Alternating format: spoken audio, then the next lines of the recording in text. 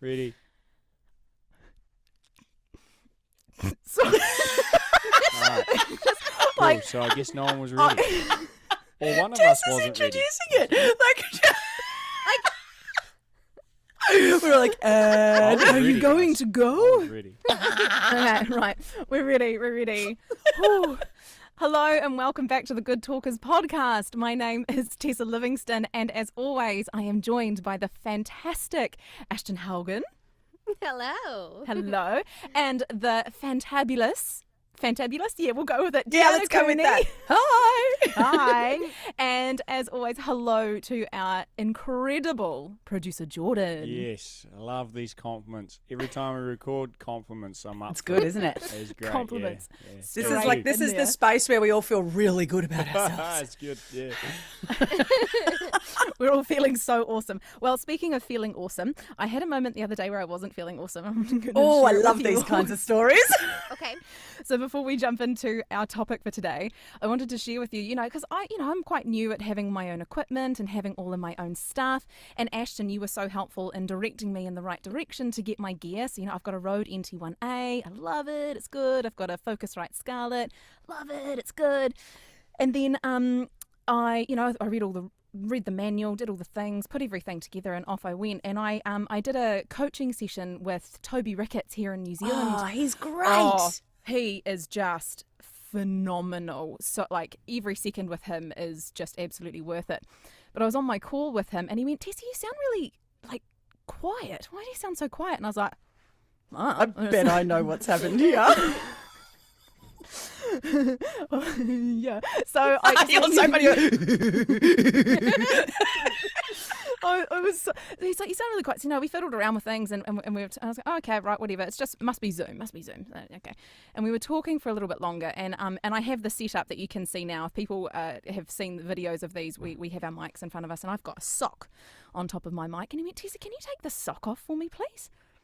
And I went, "Yeah, okay, yeah, sure." Took it off, and he went, "Oh, Tessa, see that little gold dot that's on the back of your microphone just there?"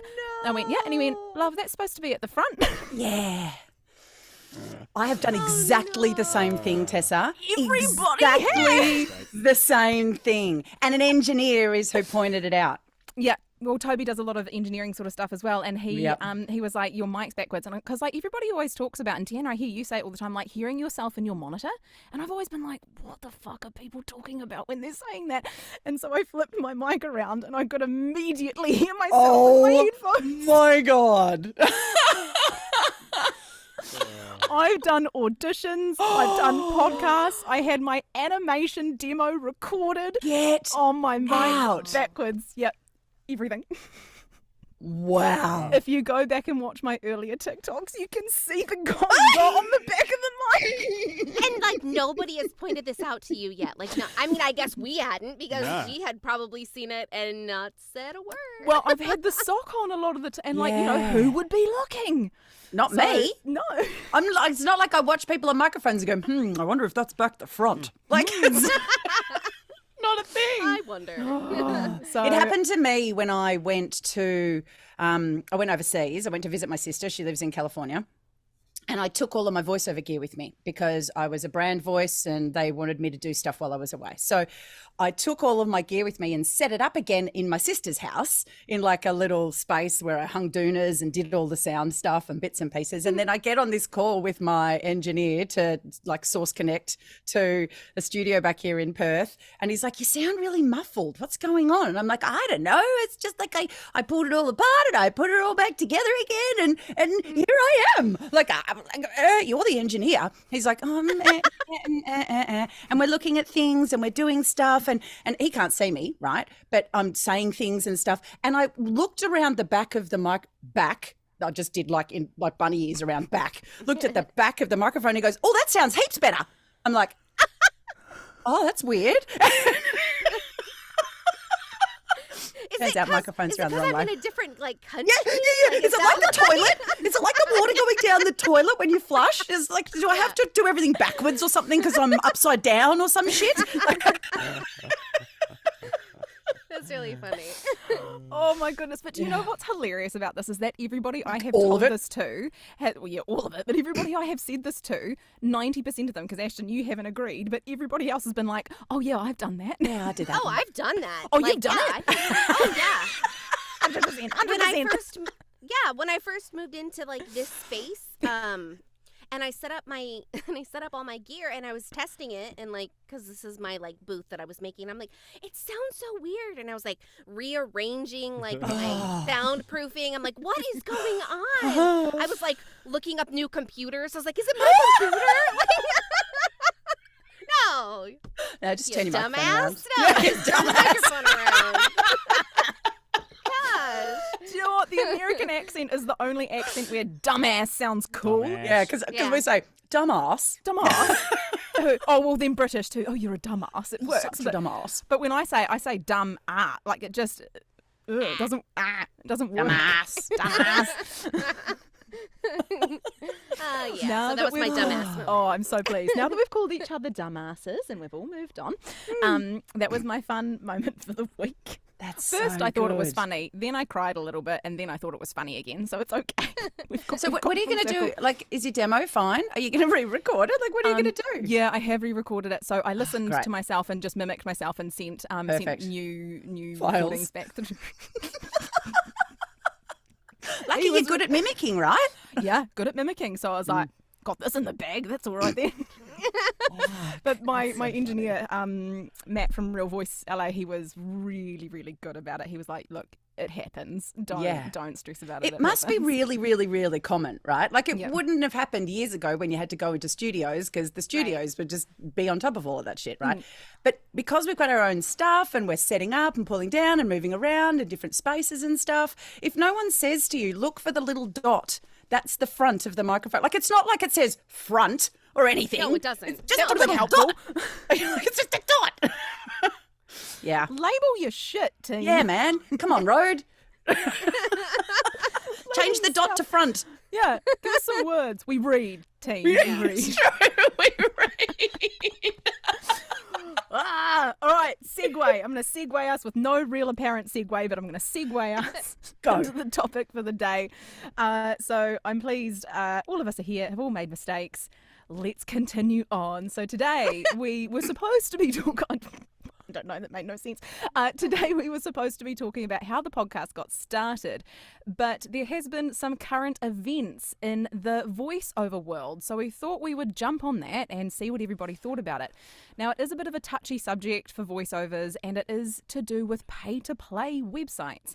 Now, if you don't know what a pay-to-play website is, it's where you can, as a voiceover, sign up, pay a membership fee, and depending on what your membership fee is, depends on sort of how many auditions you get on that website. So there are free versions on some of them, but on other places you can pay for different varying memberships, and clients go on, put on jobs, and you get submitted to them, and then you send an audition.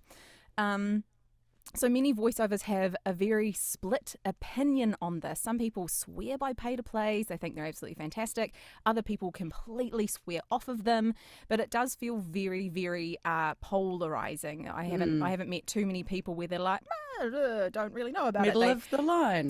Do what you want to do. It feels very yes or no, which can get really, really confusing. And part of what's going on at the moment is that a really popular pay-to-play website called voices.com has changed their rate values. Structure. It's rate structure, great word. They have now decided that a client can list a $5 job rather than their capped $100, and this is in US dollar as well, job. So now people can go on and list a job for $5, which is really similar to a non-pay-to-play website like Fiverr or Upwork. Yeah, all of those sorts of Yes. places. So what I understand from voices.com is that they might have been in hot water once before by an article that I read that was talking about them taking advantage of their voice talent and maybe not quite being as honest with the way that they were paying their talent. And, you know, the talent is what makes their business work and function. So what I thought we could talk about is, just to start off with, is anybody here on a pay-to-play? Deanna, are you on a pay-to-play? No. No. That's basically my answer. I mean, look, I checked a few out. I set up accounts with a couple of like a few different ones just to see what they were like. I figured if I was going to be stepping into the coaching space, and this is a few years ago, so I figured if I was going to be stepping into that space, I should know a bit about those kinds of spaces, right? So I sort of stuck my hat in the ring at the free level and just sussed things out a little bit, and decided that no, I'm not going to engage with that. But the reason I don't do it is because I don't have the time, right? I also don't need to. If I lost my agent or agents disappeared forever overnight and I didn't have that source of voiceover work coming into me, I maybe would consider pay to plays, but I'd be really selective about the ones that I went with because I don't want to be spending my time trawling through auditions that are paying fuck all money. Yeah. Cool. Well, at your level, you're on a completely different level than a lot of 100%. those people who are trolling Yep. those auditions. So Yes. it doesn't make sense for you. No, Yeah. it does not. Yeah. But I don't judge anybody who does it either, No. right? Like your business, do what you like. Yeah. What about you, Ashton? Where are you? Are you on any paid plays? I currently am on some pay to plays as a free membership. In the past, I have paid to play with some of those memberships. I did that for 2 years in a row. And it's, there is, like most things in life, there is good and there is bad. I had a couple of really good opportunities come my way via the pay-to-play website that I was taking part in. One of them is actually even it was more of a networking experience than anything else, because the people I met there during that time have actually come back to me. Do you mean clients? And it was repeat clients, but it was also not on voices.com. It was on a different pay to play with a different type of structure. Right. It was actually on Voices 123, which is another very popular pay to play website. But their pay structure and what they're doing is a little bit different than voices.com, what they're doing at the moment. I also am pretty active on places like Upwork, but I treat it much differently than I do or did when I was active on those pay-to-play websites. What do you mean by that? Yes, that was my question too. So when you're on those pay-to-play websites, basically, they charge you a yearly fee, and then you have access to auditions. Now, the auditions that are on there can range a lot. Now, I was on the lowest tier. I wasn't willing to pay... Of membership, you mean? Yeah, of membership. Yeah. I wasn't willing to pay, the top tier prices, even though I know now, I didn't know then, I know now that if you pay those top tier prices, you will get access to more auditions and better paying auditions, which I did not realize when I signed up. Now, I am on Upwork and Fiverr and places like that. But I treat those more as like what I think more they're meant to be, as a clientele meeting service, which I pay Upwork for. Right. Which I pay Fiverr for. Now, am I putting $5 jobs on there? Absolutely not. I don't work for a $5 job. That's not where I am in my career and in my life. So for you, it's about client acquisition, and then do you take that client relationship off the platform? No, not off Fiverr and Upwork, because that one you're not allowed. The thing that I like about those places is it's actually the reason I pay them is not just because they introduced me to these great clients, but also because they back me financially. So the client pays them, it goes into escrow, they hold it for me. Say the job doesn't work out, then they're kind of like an intermediate that will help us figure out who gets what out of that job if the job goes sour. So for example, one time I had this client who decided after I had done the work that they didn't want to pay me. after I had given them all the files. Now, luckily, I had this client through Upwork, and I contacted Upwork saying, hey, here's all my evidence. I did everything they asked me for, and now they don't want to release me the money. Upwork looked at it, said, hey, you did all the work. We're going to release you the money. Here you go. And then I just didn't work with that client again.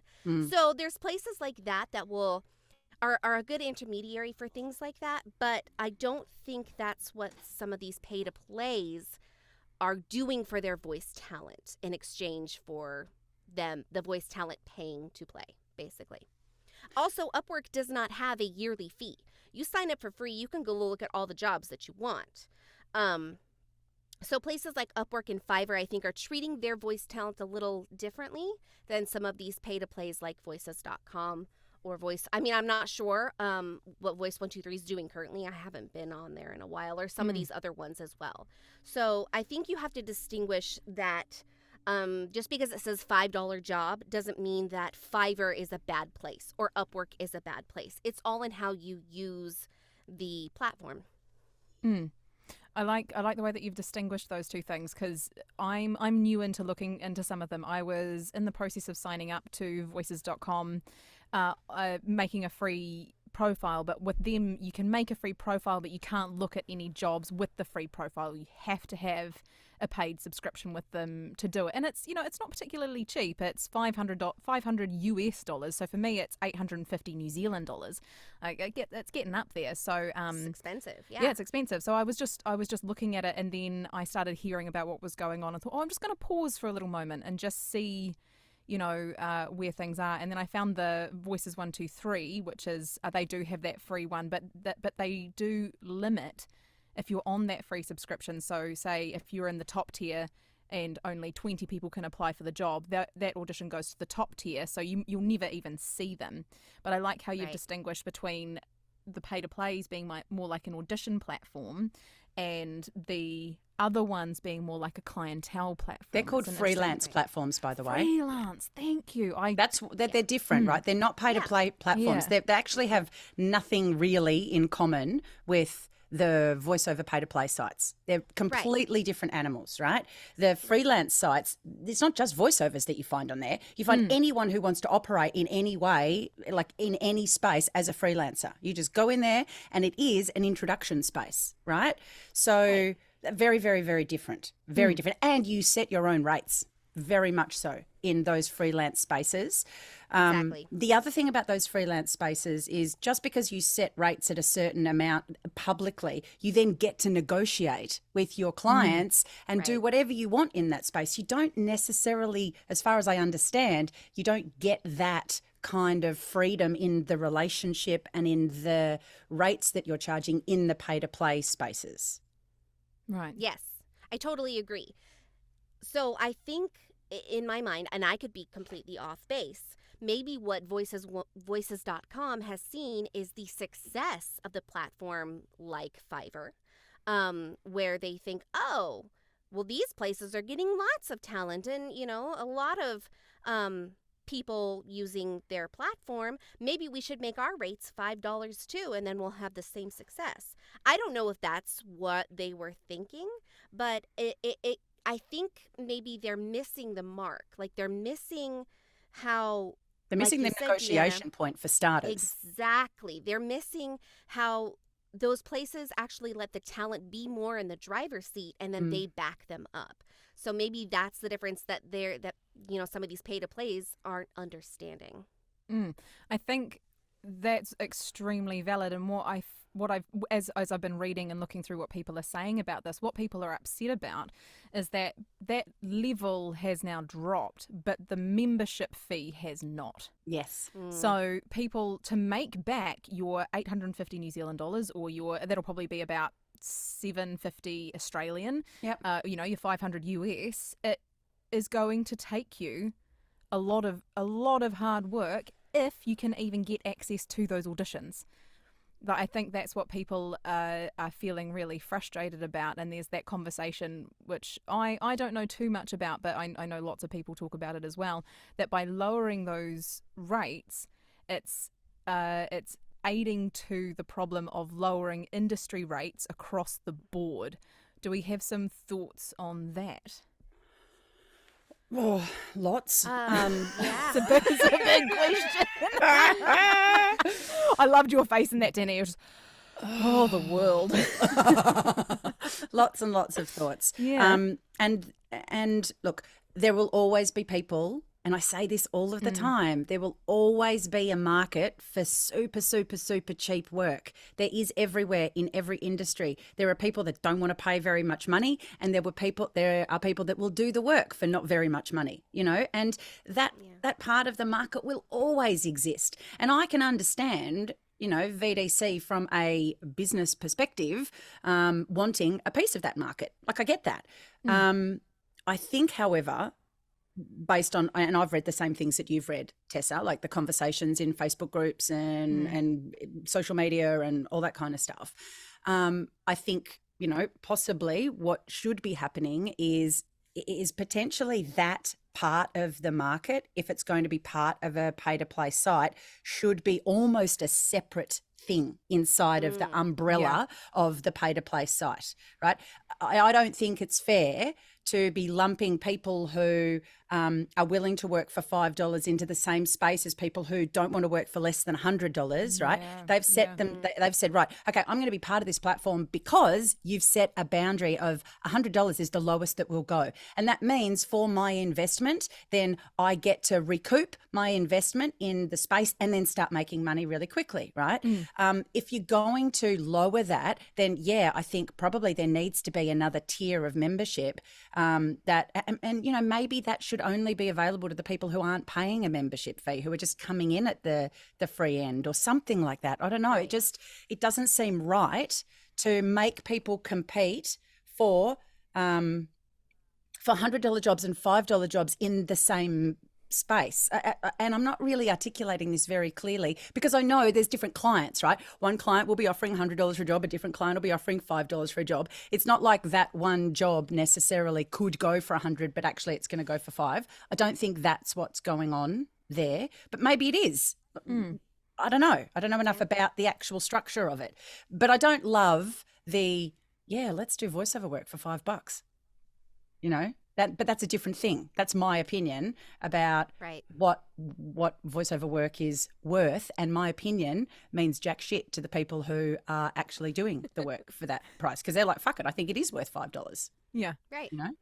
It kind of feels like there needs to be like spaces where, because is that what I think? Oh, I don't know. I know, it's hard, isn't it? It's really hard to articulate, isn't it? Like, it kind of feels like on those sites where there are those $100 caps, or maybe even a $5,000 cap, whatever it is, where actually people audition for the site. So then at least, like, if you're a client that has quite a big campaign to do, you're from quite a big business and you're happy to pay industry rates, if you go on the $5,000 version of voices.com, then you will be getting somebody who can match your skill, rather than separating people out on this weird, like, oh, well, if you want an audition, it has to go through 50,000 people before it gets to you, knowing that you're in the right tier for the type of work that you're capable of doing. But in the process of doing that, we're then turning places like voices.com into agencies, because then they have to assess and see whether people are right for what tier, and then that seems confusing as well. So with, sorry, just with, because I don't know enough about this, right? So I'm sort of going, maybe I should just sit over here and shut up, right, and not say very much. Not really my vibe, though, I've got to tell you. So just quietly on a podcast, does talking for a living. Yeah. Anyway. So with these, let's say voices.com, right? So with VDC, can anyone pay the top tier membership? Yes, correct. So it doesn't matter what your skill set is. You absolutely can you can pay the top level membership, and you get access to the jobs that get released to that top level membership. Yes, correct. And the top level membership, I believe, is $5,000. Whatever it is, like whatever it is what it is, right? But that doesn't guarantee that you're going to get the job. Just of course not. Get You still, audition. It just, but you get access to the audition. There's a smaller number of people in that tier, so your percentage chance of getting the job is higher, provided you can actually do the job. Yes. Correct? Okay, Sure. great. So then at But you can someone go into that? Can a client advertise a job for $5 in that tier? Ooh. Do you know what I mean? Like Yes, this I is do. this Not is what I'm sure. wondering, right? Because if Yeah. if they can't, if a client can only put a $5 job out to the free membership level, then meh, whatever. Fucking go for it, right? Right. But if you're paying $5,000 for that really narrow band at the top, in the expectation that you are being exposed to excellent, like high quality clients with high quality budgets, and you're getting $5 auditions coming into your inbox, I think that's a problem. I If don't that's what's know. happening. I don't know about that. I don't know. Yeah, I'm not sure if that's what's happening either. I don't know because I've never been able to pay that high, that high level tier. I've Yeah. never been, you know what I mean? If anyone's listening and you're paying that tier, can you write us an Yeah. email and Let tell us us? know. But, like, please let us get in touch know. with us somehow and let us know what the deal is there, because clearly we have no idea. Yeah, we don't. But I just wanted to play devil's advocate for just a second. It's no secret that during the pandemic, we've had the voiceover industry itself has kind of flourished and exploded. And there has been a lot more people trying to get into this industry since the pandemic has happened. They see the appeal of it, of working from home and being your own boss, and they see a lot of this, how fun it can be. There's a lot of perks to this job. I think if you look at it from a business perspective of what VDC may be thinking, is they have a huge influx of people who are new, who are these people who are, taking jobs just for the experience, if not just, wow, I get paid $5, awesome. And maybe even people who are a little bit naive to the industry because they're new. What if that had happened in a business? If I'm looking at it from a business perspective, it would make sense for me to lower the prices, lower the tier to, oh yeah, you can submit $5 jobs, because I have this huge influx of people wanting to audition for those $5 jobs because they're new. It's just interesting. It makes me wonder what it's going to be like in 5 more years. Like, what is this going to be? Are there still going to be an influx of people who are trying to do this, or is it going to drop off significantly? And then the people who are left are the people who, didn't, that followed through, that said, yes, this is the career I want. And then maybe other people changed their mind saying, this is not for me, I'm not sure. And then what is that going to do to the overall rates of the industry for people who have been in it, like for 25 years, like you, Deanna? Well, personally, the whole like meat market tier of high turnover, low money kind of work hasn't affected me at all. That's Like good. it just I'm glad hasn't. to hear that. It has not even touched me. Right. Good. I'm Yeah. not in that environment though. Right. Do you know what I mean? So I'm not Yeah. feeling the impact of that. I also, I'm a big believer in, if you're going to come into an industry, any industry, you should make some good choices about where you want to enter, and then do whatever you need to do to get yourself, I've talked about this on the podcast before, get yourself to the level that allows you to earn the money that you want to earn, right? It's a choice to be in that bracket, right? Yeah. That's separate to the concept of lowering the bar across the board, right? Those are two entirely different things. And I Right. think lots of people get frustrated with organizations like VDC because they feel like they're not supporting the industry as a whole, right? They're taking advantage of an occurrence in the industry. And like I said, it happens everywhere, right? There's always people that don't have much money to spend, and there's always people that will work for that little bit of money, right? I think probably a lot of people think that VDC has a bit of a responsibility to make sure that the industry is looked after and the people in the industry are supported so that everybody has a good time, not just VDC and the people with no money to pay voiceover actors good pay. Does that make sense? Yeah. Yeah. Yeah. That Totally. makes lots of sense. And I think that whole looking after the industry is another thing that I've seen sort of popping up in little bits and pieces, because it's not just the VOs either. Someone was sharing that they were concerned for agencies themselves, because people might stop going through them as much if there is an opportunity to just get something a little bit cheaper. And I know it's not, I can see you shaking your head, Deanna. It's not the full realization of the thought, but it is a consideration to go, hey, are people going to start bypassing agencies and things like that to just go straight for something that could be a little bit cheaper?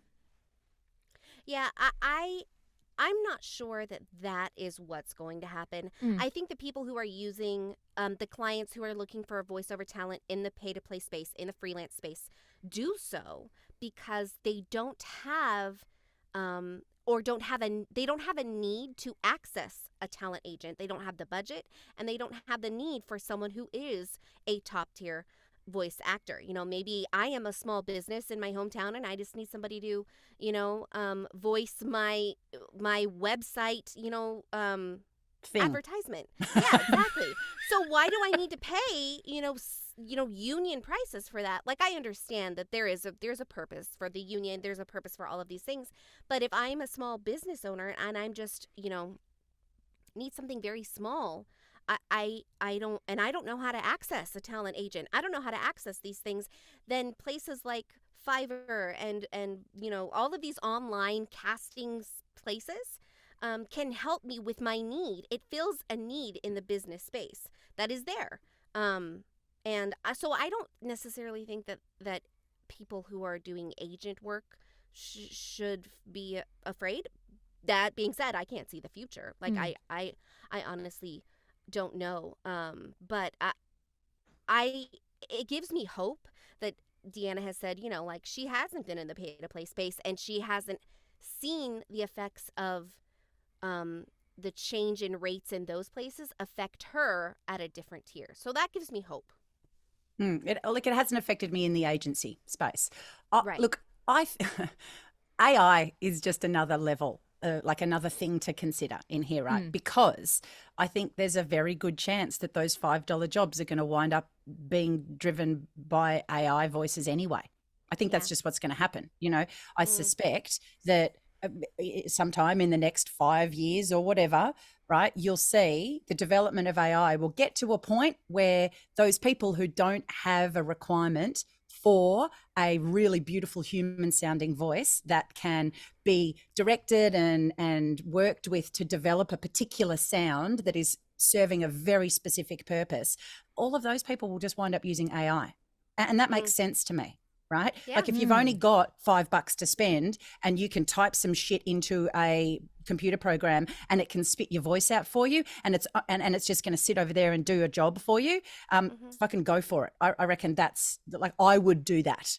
Do you know what I mean? Like, I can't see any reason why, if that's the simple, quick, easy way to get a thing done that you need done, you wouldn't engage with that. So that's why I think that really bottom tier of $5 jobs or $10 jobs or whatever, I think AI is probably going to go in there and just kind of clean sweep it all out anyway, right? And then the jobs that require interaction between two human beings to make the end result that you need, that will continue to exist, and there will still be levels of budgets inside of that. And the people who want really high quality and have money to spend will continue to use, if not the agency model, they will continue to access those high level voices and talents and that kind of thing. Right.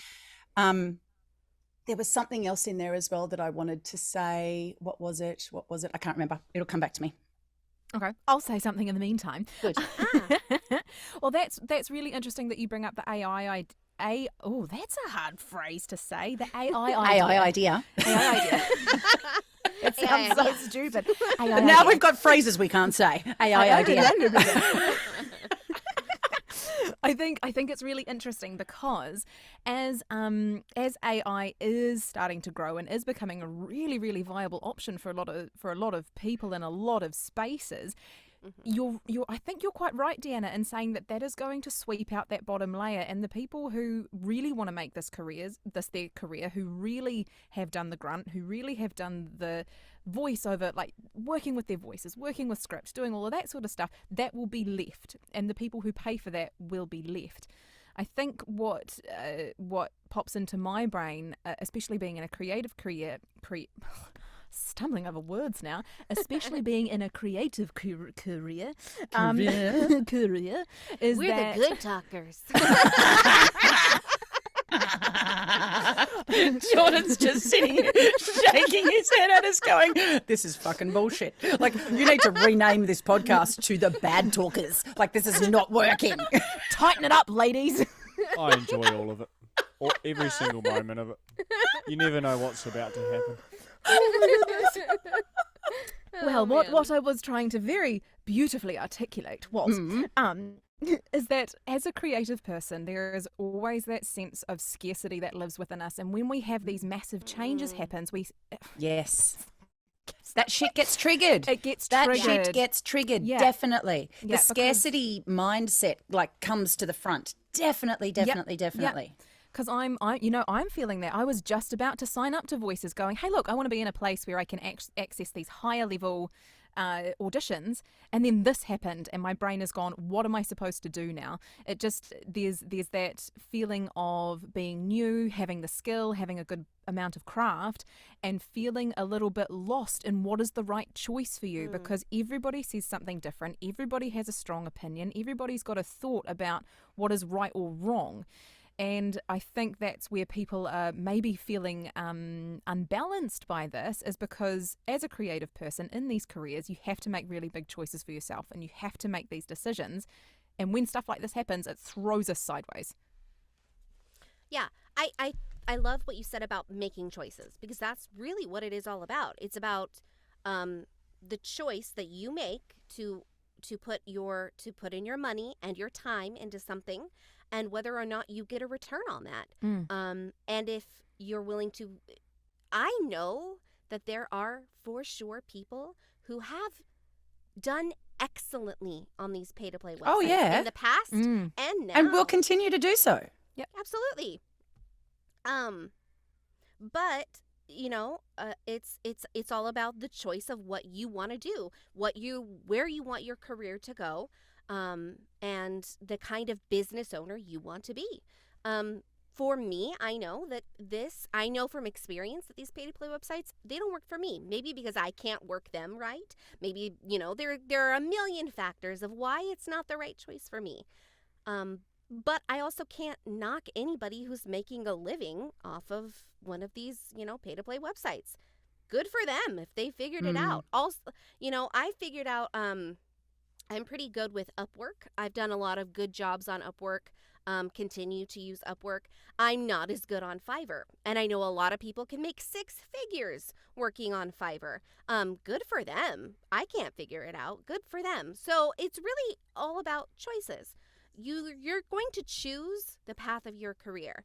Just, I would say, choose with caution and make sure that you are fully educated on the choice you make before you make it. Yeah. Yes. And what I feel it was really interesting in that, and now it was either written, because I've read a lot on this morning, it was either by the Nether Voice or it was by Terry Daniels. I cannot remember who it was, and I'll find out, and we'll put links to this sort of stuff as well. But they were talking about, don't put all your eggs in one basket. They were saying, yep, use a pay to play. Aces, do that. Do the bottom tier. And lots of people say once you get enough money that pays, if you're on the free subscription and you get a job that pays for the next tier up, do that, just to to experiment with it in that way. But don't, like they were saying, cold market, don't forget about your cold marketing. Yes. Don't forget about that stuff, because Absolutely. if you put everything on one of these pay to plays, or you put everything in one thing, you're not going to get the return that you need, because you need to be everywhere. Yeah. Yeah. Yeah, absolutely. Definitely a massive fan of multiple streams of Yeah, yeah. revenue, right? It's really, really important. Even within one particular like industry, I'm a fan of having multiple jobs, right? Like, so, I'm a voiceover artist, actor, I'm a photographer professionally, I'm a coach. I also teach, like at an institution over here. And so like, I've always been, as a career creative, it's what I refer to myself as, right? I have always engaged in multiple streams of income. I think it's 100% the safe thing to do, because then you can dial things up and down when things happen in the industry or your life changes or whatever. Gives you freedom to choose, right? So yes, that do pursue multiple avenues, even within the one sort of career option that you're choosing. And Right. all that does is mitigate the risks. Yeah. And that's really what this is about. If anyone's in a position with a pay to play, where if the pay to play changes the way they do things and it like has a really bad impact on your business, then sorry, but it's your own fault for doing that, for putting yourself in a position where you had all of your eggs in one basket and that basket broke. Right? Yeah. Like that's not cool. That's not a good No. way to run a business and have a career. It's a great way to play and explore something for a certain amount of time, but it can't be your only strategy. It's a disaster waiting to happen. Yeah. Exactly. I think that's what this whole entire situation is telling all of us to do, is to be cautious, be conscientious, look at everything, make some good choices that feel right for you, talk to your community, and if things feel right, try it, and if they break, go somewhere else. Just keep. I think that's the whole point of this, is to maybe not get caught up in the wallow of it or in the anger of it or whatever it is, but to actually just go, hey, I wonder how that's going to affect me and what choices can I make to safeguard my career, because in reality that's all you can do. Companies and businesses are going to make their choices. They're going to do whatever they need to do to make their bottom line or to bring in more people, to bring in more clients, whatever it is. But you can only affect you. So I think, in all of that, that would be the one thing that I would take away from this. I agree. Totally agree. Yeah, and if a pay to play is one of your streams of putting yourself out there and it works for you, keep doing it. If you decide it's not for you, that's okay too. Yeah. That's okay. Yes, it totally is. And I think something that's really important to consider is, that was my rooster. He's got things to say. He's got a really important thing to consider. Yes. That was Rooster for diversify your revenue streams. Can we get the rooster on camera? No, I am not bringing my rooster in the house. He will poop all over me. It's not a thing. It's not going to happen. Sorry. That's a no. Hard no. And now I've forgotten what I was going to say. You said Thank you you. said to consider. You have to consider all things to consider. And then the rooster said about diversifying, I think. Let's just go with that. Oh, I did remember the thing that I was going to talk about before, though. Okay. So Tessa, you talked about, one of you, Tessa or Ashton, talked about agents staying in that like higher end space or trying to save money by hiring people that like are happy to work for less money, right? What I have seen is that there is definitely a move outside of the agency space. But what I am experiencing is that move is not money driven. That move is vocal diversity driven. So diversity in voices, diversity in sound, right? So there's Interesting. definitely a movement for like big brands and that kind of stuff. They're doing what's called street casting, heaps and heaps and heaps more now than they used to, because there's been a shift in what we look for in voices, well, and not just in voices, but in the advertising space. And mostly this is for me happening in that kind of broadcast environment, right? So they're like, well, we want real voices. So a lot of the voice talent that are operating at that really high end sound like voiceover talent, right? And what they're looking for is people that sound like real people. So there's a lot of street casting happening in that kind of space. And here's the thing, and I think this is kind of how it ties into what we're talking about today.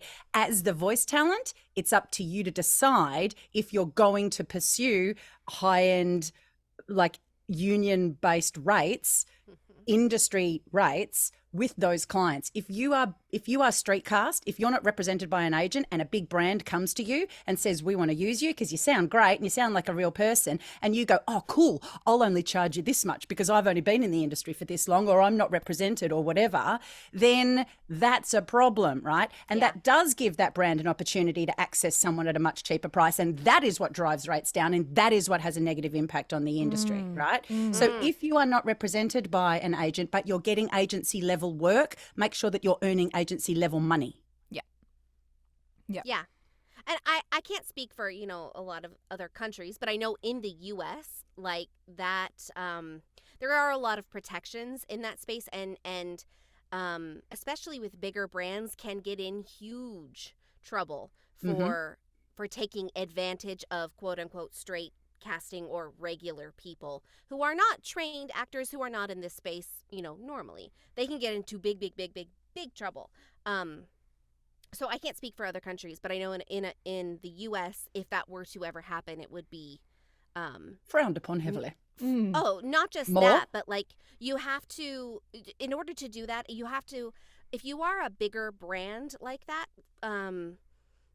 you would have to go through an agency to get all the stuff signed off anyway. You would have to put that person in touch with an agency who is licensed to do all that paperwork that's and make sure that interesting. nobody's getting it taken advantage of. So if that were to happen, that is, it wouldn't. It in this space, it just wouldn't. I've never heard of anything like that, but that's a scary thought to think of that.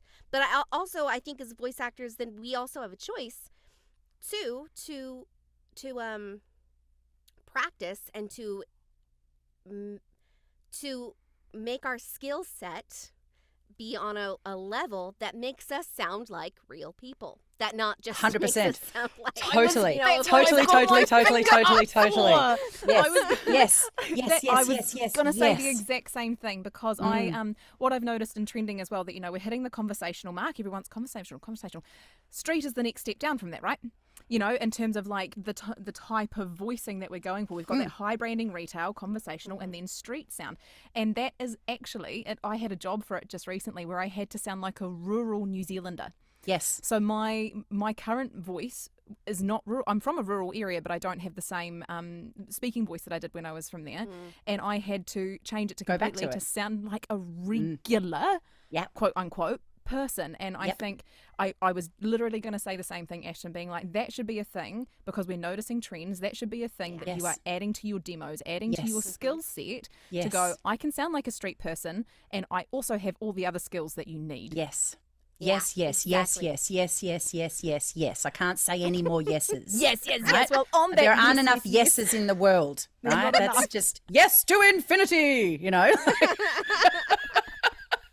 I think it's just so valid. It's so valid and so important, and it's what we all had to do when the conversational thing happened. And that reverse modulation process is hard, but you have to do it if you want to stay relevant. Yep. And Team.